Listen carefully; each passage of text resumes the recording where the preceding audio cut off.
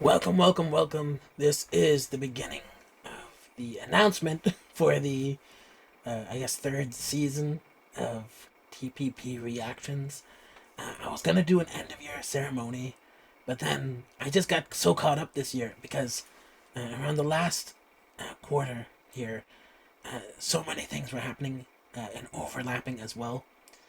Uh, and a lot of it had to do with just the fact that there were so many survival shows this year that just held back things for me and pushed it all the way back. And what's funny is that when it came to the point where I gathered up all these small amount of days to put together this award show, and I had like 40 days to put this together, which is kind of like one third of the time I had to do last year's. And what happened is that I got sick, and so I got sick and put out of commission, and I couldn't do anything. I couldn't record anything. The AI I used to do voices for Nick Sama, uh, they didn't work out. Oh wait, what the heck? Where is Nick Sama? Let me see. This is awkward.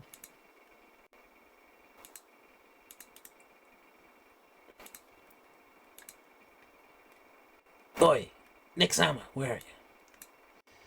I'm just like delaying this video. Where is it? I can't even tell where this is. Oh, there you are. Okay. Anyways, I just got so delayed, and then by the time I was like, okay, I guess I just gotta do a normal video to wrap things up, I realized that I didn't really want to do that either because I noticed something happening this year is that I actually started to lose my memory about like half of the things that I was reacting to, and so I no longer was able to keep track because there was just so much to keep track of. Whereas last year I was kind of like on top of it all, and this year I just like lost memory of so many things. Uh, and a lot of it is because of those survival shows as well. But anyways, end of year thoughts. I'm not gonna do a full breakdown of every single award like I normally would. But basically, if I was to do the viewer's choice, uh, I think that the winner of the viewer's choice is gonna be Horizon.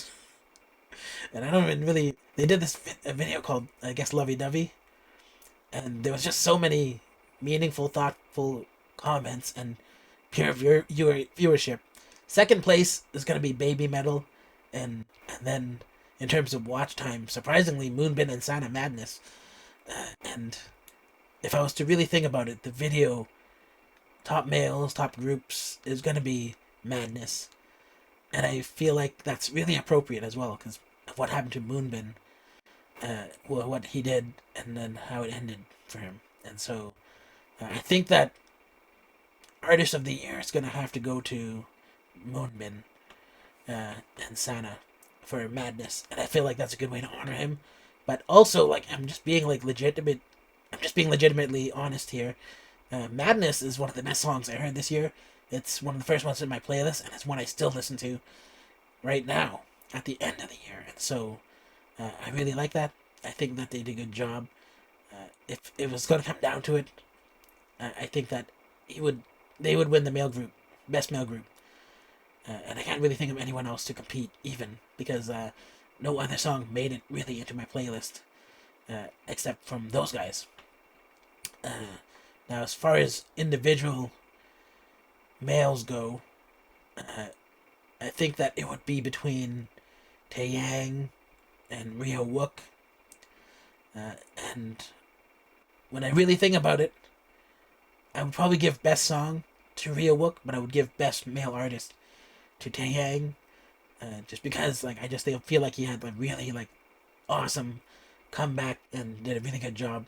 And I still think about what he was doing as well, like with his rooftop stuff and with his like Jimin performance. It just felt like I think Vibe was a really good track. Uh, Females, I didn't find a very good female solo artist, but if I was to really think about it, the one that really touched me was Big World by Yaron Beck. And so I really like that song. You know, it's a beautiful song. It reaches deep into emotions that I feel like if you're experiencing those emotions before in the past, you can relate to it. And this one like really gave me that sweeping feeling that actually Rhea Wook songs would give me, and so I would have to give her that for the song. And I'm not sure I would give it to her as the artist because there were a lot of great female artists this year. But I'm not really sure who I would give the top to, and I'm not really in the position to really whittle it down. In terms of female groups, I think that 50/50 was the group that impressed me the most because of their consistency in making really good tracks and viral tracks as well. So, like, Love and Me was a really good track. I thought it was amazing. The vocals sound really great. And, if I was to compare it to anyone last year, it would be like Feel My Rhythm by Red Velvet. In terms of female solos, the one on my mind is Kim Noah, but I wouldn't really give her the top female solo artist. But she was the one that I was like interested in because she's from Girls Planet, and so there's just kind of a personal thing there that I remember from the show, and she was in my top 10 as well, and so I was really interested in that. Male solo artists, I already covered that, but I also wanted to give special mention to Ren, who shocked me the most out of anybody, because as I was watching that, I was like, it was a bit of deja vu, and so I don't know what that's about, but there's that. In terms of a really good song that impressed me, it would have to be "She" by Kiss of Life. Apparently, they've been like slowly building up this debut, and then they had a really strong debut, and then their follow-up single, I didn't really feel that, to be honest. And so to me, I was like, I feel like Kiss of Life could have been a bigger artist, top artist than 50/50, but because the follow-up kind of, what's the right word here? Is it flopped, or is it just didn't land for me? Then I would say that they just had a really good song that was probably better than a lot of songs I heard, but because 50/50 just had like so many consistent songs and a viral track in Cupid, then I'm gonna have to give it to 50/50 as the best female group. But in terms of their debut, I would give it to Kiss of Life. They had a really strong debut, best female group debut. And then, like I said, Ren, who shocked me, best male solo debut. And maybe Kim Noah, best female solo debut. In terms of male group, I saw a lot of really good male debuts this year. But the one that really brought it back to me, because I was feeling like really bad about a lot of male debuts, because they didn't seem sincere, or they didn't seem to really grasp the idea of a debut, or some of them were doing pre-debuts. I would probably give it to Tiot, the Boys Planet group, just because they had like the best, just like sincere vibe. But a lot of them coming out after also had that vibe, and so I didn't really know. Like, I wanted to give it to them, but if I were to give it to them, it would be kind of like my own personal bias, because the vibe that they have is my vibe, and so there were at least 3 Boys Planet groups that came out that had good debuts, that was sincere and felt like if I was looking at them, I'd be like, yeah, that's their style. They're not faking it. And so, yeah, I would give it, but I would have to lean it into favor of Tiot, even though they didn't. I feel like they didn't sing an original song. Like, people were telling me it was a cover, and I didn't even know that because they just owned it so much.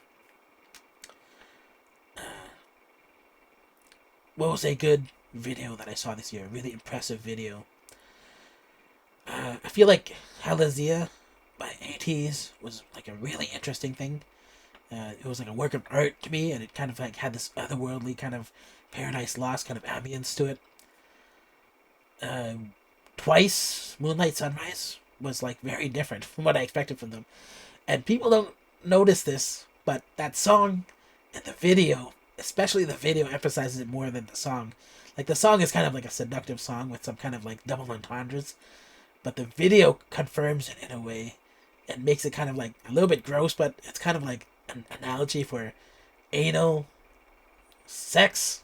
And so, like, you just look at the imagery and the way like there's like it's like the heart and the keyhole is like kind of like it's just kind of obvious to me that a lot of it is kind of pointing to it, and some of it's kind of a coincidence as well, like with like I don't know if like the cats are named Jelly or something. I don't know. It's kind of weird. But other than that,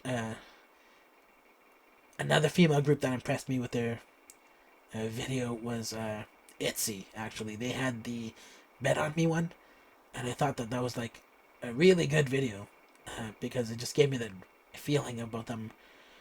And I don't know what it is, but I know that ITZY is like ever since Wannabe they've been like this really big group, but I also feel a sense of them are like kind of lost in a way, and I don't know what that is, but it seems like they're underappreciated to me, and it's kind of like I don't know if that's a bias from me because they were probably the first or second group I reacted to when I started doing these reactions, but I feel like there's a sense of them being undervalued as well, but maybe that's just me from the outside, like maybe they have a huge fan base and that's not really a thing.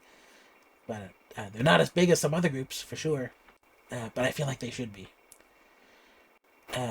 Male solo artists. Yesung had a song called "Fleeting Love," and I feel like in a year of interesting videos, uh, Yesung had one that just kind of kept me wondering, even after the ending. And I feel like the acting that was in that video added to the impact. And so Uh, Yesung is an artist I really like, and he's recommended all the time. But I feel like, from what I've seen of him, his stuff is never a miss. And so, to me, that's like a good artist. A good artist is one that doesn't just have a fluke, but one that constantly knows how to always have a good comeback and always make interesting videos as well. Let's see. Oh yeah, female solo. Uh, I'm not sure if this is a debut, but no, it's not a debut, but it's a single. Lee Chaeyeon did Knock, and I thought that was like one of the first times I was really impressed by just a video this year. And then I was also happy to see Sandra Park come back as well. In terms of best style, last year I gave it to Yina. This year I'll give it to Yina. And I don't really follow Yina, to be honest, but every time I see her, she looks good and she's dressed well. It's not about her looks, by the way, not like her visual looks. I'm not physically attracted to her, but I feel like her style is always good. And then in terms of J-pop, I listened to a couple of J-pop tracks this year, but nothing really stood out to me except for maybe Moonchild. Moonchild's funny because when they came out, they did this like kind of sexy videos, and I started having a joke, like an inside joke, where I'm like, "Oh, are they gonna bite their lips and do that sexy thing again?" Or, but then at the end of the year, they did this video that was like kind of wholesome about friendship, and I'm like, I wasn't sure. I had mixed feelings about it because on one hand, I was praising them for knowing what they were and doing what they should be doing, which is just kind of like showing off that kind of like sexy kind of look. But then they tried to go wholesome, and so I'm like, maybe they're so popular, but they need a bigger audience in order to survive. And so I was kind of proud of them for kind of like shifting into a wholesome vibe, but at the same time, they didn't fully go there because they had a music video that was double the length. Because at the end of the music video, they put a performance video there where they actually like dressed up in their kind of more traditional style and just did a dance performance. But anyways, that's them. I didn't remember. I don't have any C-pop in my memory right now. In terms of T-pop, I listened to too much T-pop this year that all of it kind of blends together. But one T-pop group that did stand out is that I think it's called The Seven. Basically, they seemed really sure about themselves when they did Chemistry, and the production value was top notch, and the combo of song, video, and sincerity really elevated the experience for me. Now, a step down from that, I would say, is Formix, which is kind of like, it was a little bit more sensational because I wasn't really sure what was going on, and I was trying to avoid saying anything that would kind of like offend anyone as well, because sometimes you just notice things, and saying that you notice it is kind of like offensive to people. But I liked their song actually, and it was just a positive listening experience for me. But then the video kind of distracted me as well because I was like, "What's going on here?" And I was like trying to call this person a person and not like misgender them or anything. But anyways, that's how I felt about it. Even there was another group called DVI. They had a song called Sugar, and uh, I don't know if they had like a. I can't remember it now, but I feel like they didn't have a good budget, but they did better with a low budget than most groups would even do with a high budget. And so, and a lot of K-pop groups don't do that well. And so I was really impressed with that. And those are the male groups. Female groups. Uh, there was a group called MX Fruit that came out with a song called Strawberry Ice Cream, and I felt like that was a really good debut. I think it was a debut. I'm not sure if it was, but they did like just each person's vocals was so clear and so crisp and good that it was like impressive. Like I just noticed all of them, and they all look nice as well. Like they're good looking girls, and it was just like a really like interesting vibe that they put out, and I felt like it was legit. But then like near the end of the year, they put out a track that was a little bit more. I don't know if it's mainstream or produced, or processed, but I didn't really like where they went at the end of the year, and so I feel like they were doing good, but then suddenly they stepped back a little bit. Uh, Another group in T-pop, they won last year's with Too Cute. It was Pixie, but then they came out this last year. They were like a wholesome, nice girl group, and I loved Too Cute. It was actually like it seemed like a low budget video, but it beat out every other video that I covered that year, just because of sincerity and just being touching. And you know what? The views on that video kind of proved the point. It's got like I guess over 100 million views or something. But then they came out this year, and pretty much everything they did was on point, but it was a different vibe. It seemed like they were trying to go down this kind of like way more high presentation, kind of Black Pinky style thing, but more wholesome than Blackpink, but kind of like they wear a lot more makeup than they did during Too Cute for sure. And then they even had a song follow up called Way Too Cute, which I don't think was as good as Too Cute.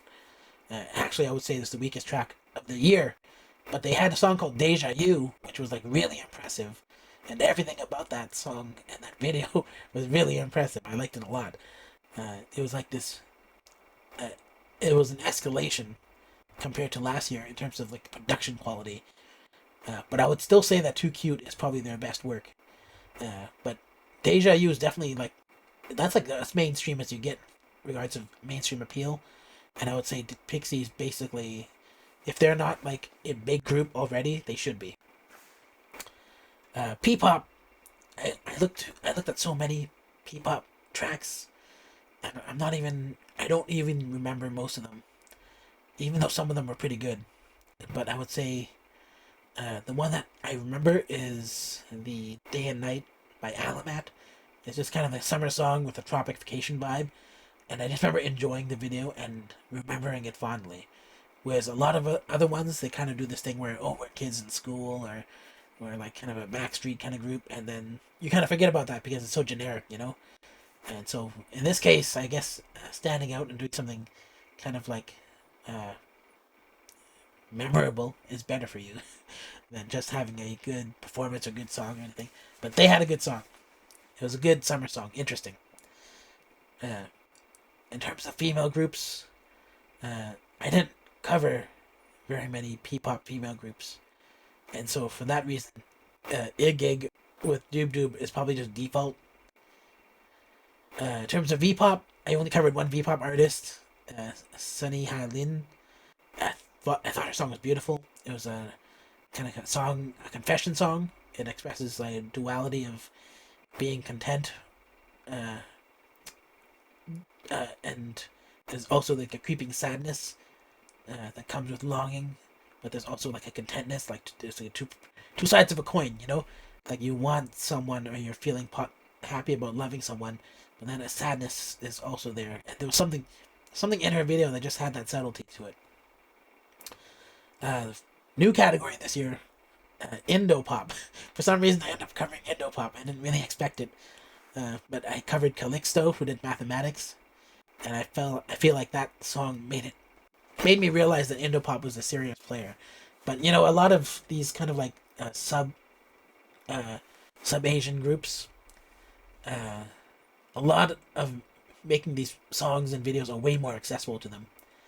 than they ever were, just because of how easy it is to get like a high quality camera and film stuff, and then just in terms of just general knowledge, because the world has just been watching K-pop evolve for so long that you kind of know the rules and ins and outs, and if you have a sense of intuition, you know how to make a good song and present a good song. So another group, female group, Starby, did a song called Pit It Pop It, and this basically kind of erased any uh, doubt I may have had regarding limits of a lower budget production, because they just used what they had to the fullest, and I felt like they did a really good job.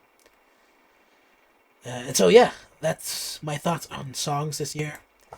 Uh, Songs and groups. It's kind of scattered, I know, because so much of it is full of gaps, really. Uh, and I didn't even do rock songs, but I covered so many rock songs, and then a lot of rock songs I covered with recommendations were uh, not qualifying for commenting on because they came from a previous year. I only like to cover the current content for my end of year kind of like roundups. But that was my artist covering. I'm probably presenting this thing really badly right now because I don't really know what I'm doing or saying. But other thing I want to talk about is the survival shows. Last year, Boys Planet was kind of annoying and upsetting enough that I didn't want to cover another Mnet survival show. But then I started watching JYP's America to Korea, and it kind of revived something in me to watch survival shows again because I really enjoyed it. And similarly, watching Neezy Project 2, the beginning was a little bit slow and boring because the episodes were an hour long each, and there were like 20 contestants, and it's really hard to follow so many contestants and learn their names while the show is just going by at breakneck speeds. But by the second season, not the second season, but the second part of that show, and for the next 10 episodes, after the first 10 episodes, you only whittled it down to like 12, and it was easier to follow them. And by then you already knew who they all were as well. And I really started to like Neezy Project 2 by the end as well. And so I kind of have the same feelings about JYP's survival shows. I enjoy them. I like that it's mostly positive. I don't think the competition is 100% that fair based on what I see and how it compares to the feedback they give. I feel like, yeah, there's to some degree there's a bit of kind of like someone putting their intervention into the process a bit in order to kind of like steer the group. And there's no public voting anyways, so I don't really have a problem with that at the end of the day. But I do wish the group was a little bit more generous. I do wish both groups from A2K and Neezy Project were a little bit more generous and just let them maybe one more person into the group on either side. Like, I feel like I was surprised to see JYP drop so much of his own in-house trainees, and I don't know if that's because you'd expect them to get in, but also they weren't that bad or their issues weren't that hard to overcome. But I guess at the end of the day they felt that they didn't want to move forward with it, and so that kind of surprised me a bit, especially with how much praise some of these trainees got. The girls on Produce 101 Japan season 3, the girls was pretty much an Mnet show, but it wasn't as negative as Mnet shows. It's kind of got this veneer of support and positivity. What I am impressed with most is the judges, and the coaches on that show. Probably the best I've ever seen on any show, and a lot of what they're saying is so true and so like on point, and the advice they give is actually really good. And so, on previous shows, I would look at this and be like, "Wow, they're being kind of cold," or they're just scolding them because they want to scare them into doing the right thing. But in terms of these Japanese coaches and judges, it seemed like they actually had really good advice for the trainees about how to improve and how to even look at their situation. and I would say that's lacking in a lot of like Korean kind of shows, and I would say even JYP, in terms of his coaches and trainers, they were lacking that touch, because there were so many things that they could have salvaged, and so many contestants that could have done way better if they only took that better approach to it. And so that's the main positivity takeaway that I have for Produce 101 The Girls. In terms of the way that show worked out, I wasn't that invested in it. I never really had a serious top 11. I just had an initial kind of like first impression top 11, and then I just followed the show. But there were so many people to follow, and at the same time doing another show, survival show. And like I said, like I was really busy this year, and these survival shows kind of came out of nowhere, and kind of I couldn't put as much time into them as I normally would have in like I have for previous years. But in the end, I wasn't that interested in the final group, and I know that I haven't even seen the finale yet. They're gonna show it in about, I guess, 12 hours. I'm about to watch it 12 hours from when I'm recording this video. You won't see this video until like a few days later, but from when I'm recording right now, I haven't seen the finale, but I don't really care about the final group because I'm not really that interested in it. What I feel about the final group here is that some people got a head start because they were already idols, or they already had a following. And those people, I could understand why they have a lot of votes. And then there's another group of people who are kind of veterans of these shows, and people seem to follow them and they know who they are because they are talented. And those people, I understand why they're ahead. They're skill specialists and they're really good. But then there's a group of people who are in also the top, even in the top 11, there's like maybe 4 of them, I think, who are just kind of people who had drama or were highlighted by the show. And then people are just voting for those people because they see them and see how the show shows them. But a lot of people who didn't get highlighted, and people who you kind of have to follow and just look at their skill from afar and kind of judge them based on that. I feel like a lot of them deserve better, but then they didn't get very far, and it's mainly just because the show still has power over who is seen by the general public, I guess. And then obviously international people couldn't vote for this, but there was surprisingly a huge market in Japan for voters because they had like 6 million like natural votes for just like the top artists or something like that. And then compared to Korea, which is like probably like a tenth of those votes, and they actually had to use a point system to kind of like match the million numbers, right? They're like, you get 6 million points, but not nearly as many people actually voting. And so, yeah, even though the overall experience from Produce 101 was a lot happier and more positive, it was kind of boring. But at least I wasn't like annoyed or that upset about it. Whereas on Boys Planet, I didn't like any of the in studio voting audience, how they voted. I didn't like that the mechanics of the show basically just put the top competitors into one group, and so it didn't feel balanced to me at all. Actually, what's interesting is when everything falls to a one pick, then you start to see things fall apart really, and I feel like there should be. I don't know. I don't even know the solution to this because I can't think of it off the top of my head. But there should be something that kind of aims towards more of a balanced group. And I feel like the only way to do that is to have people who want to take on certain roles compete separately. Right? With some overlap into other areas. Like a rapper should be like, there should be a competition for the people who can be rappers. Right? And so you should whittle down people by their abilities first. Top vocalist, top main vocal, top visual even. They should attempt to do that for sure. And then top rapper, and they should have like these people whittled down based on those specialities, and then have them compete for positions in the group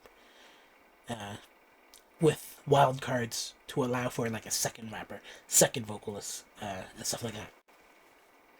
But anyways, I have a cold that's getting to me, and so I guess that's pretty much it. End of year roundup. Is there anything else? Oh yeah, I'm blonde. I'm going blonde this year. Maybe the end of next year I'll do another change up. Uh, but I was going for a Viking kind of vibe, and these braids, they're not that wobbly, because I found that if I add too much wobble to them, it actually starts to pull off the entire head like a wig, and so there's no way to micromanage that without cutting it up again, and I don't want to do that.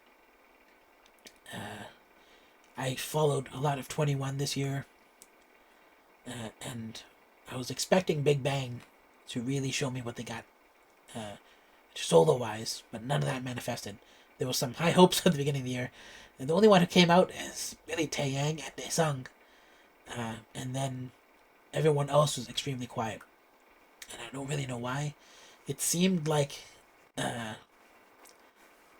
what's his name, G Dragon, was gonna do something, and he hyped people up for it, but then he kind of fell away. And I would understand if he has like some issues. I read something last month very briefly, but I couldn't follow it because it happened so fast, about him having some accusations, and then he did some drug test which he passed, and then no one apologized to him. So I remember that thing happened in my mentions, but I didn't really follow it. But hopefully everything's fine with him, and hopefully everything's fine with Sungri. I keep hearing stuff about Sungri being upset, but then I also heard thing about falling out with Top, and I hope that's not just rumor. I hope that's just rumors, and not like really what's happening. I hope the boys are all good and getting along. But yeah, that's pretty much my overview of the year. I don't know who's listening to this, because when I think back to what I just said, it was a whole bunch of just scattered things that probably don't mean anything to anybody. And so maybe I won't do this ever again. No more end of year roundups. But anyways, Merry Christmas to everybody, and a Happy New Year. This is the last. This is probably one of the last. No, this is gonna be the first video, pretty much, where I have this new look, and that's, you've already seen. I guess yesterday's gonna be the last one where you see the old look. But I have multiple outfits for this look, and so that's something I'm going to be doing moving forward. Is I'm going to, if at the end of next year, I'll probably change hair again, and then just like swap between more outfits while keeping some of the old ones. Or who knows? Maybe I'll get so bored that I'll just alternate through whatever haircut and outfit I want on the whim. But I guess that's pretty much it. So if you like this video, give it a thumbs up. If you don't like this video, and I understand why you wouldn't, give it a thumbs down. And if you're not subscribed, consider subscribing so I can see you in the next video.